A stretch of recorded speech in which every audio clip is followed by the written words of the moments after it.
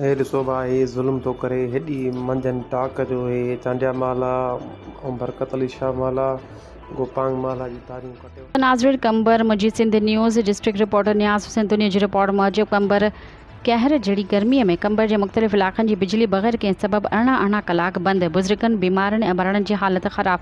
चूंडियल नुमाइंदनि ज़िले इंतिज़ामिया बि डिघी बिजली जी बंदिश जो को बि नोटिस न वरितो। सेप्को अमलदारनि गरी रिश्वत एवज़ शहर जे पोश इलाक़नि मां बिजली जी चोरी कराई वई। यूनिटुनि जे पुरायला कची आबादी वारे इलाक़नि जी बिजली बंदि करण में का कसर न छॾी आहे। इन सिलसिले में शहरी नूरुद्दीन कुरैशी, परवेज़ मक्सी, इनाम अली भुट्टो ऐं ॿियनि साफ़ीन अॻियां दाहिंदे ॿुधाए थो सेप्को अमलदारनि SDO कंबर अहमद ख़ान यूसुफ ज़ई ऐं लाइन सुपरिटेंडेंट लाल मोहम्मद राहू जो गुज़िरियल केतिरनि ई ॾींहंनि खां बावेदरो मोहल्ला, बरोड़ा कॉलोनी, चांडिया कॉलोनी, जनाह बाग वारी ट्रांसफार्मर समेत केतिरनि ई कची आबादी वारनि इलाक़नि में 11,000 तारूं लाहे डिघे अरसे ताईं बिजली बंदि करे शहरनि खे सख़्तु एज़ियत ॾेई रहिया आहिनि।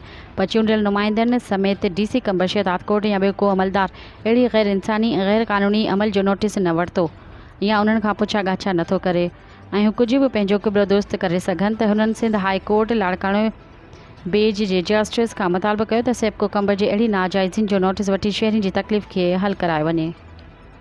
बसि हो जेके ॿिया हलनि था उहे इंसाननि, हे इंसान असां न आहियूं। हाणे लॻो तारियूं हणी निकितो हलियो वेंदो हेठि। पोइ हाणे राति जो 10 बजे या 12 बजे बिजली हली त हली, न त पोइ हाणे राति जो 2 बजे बिजली हलाईंदा।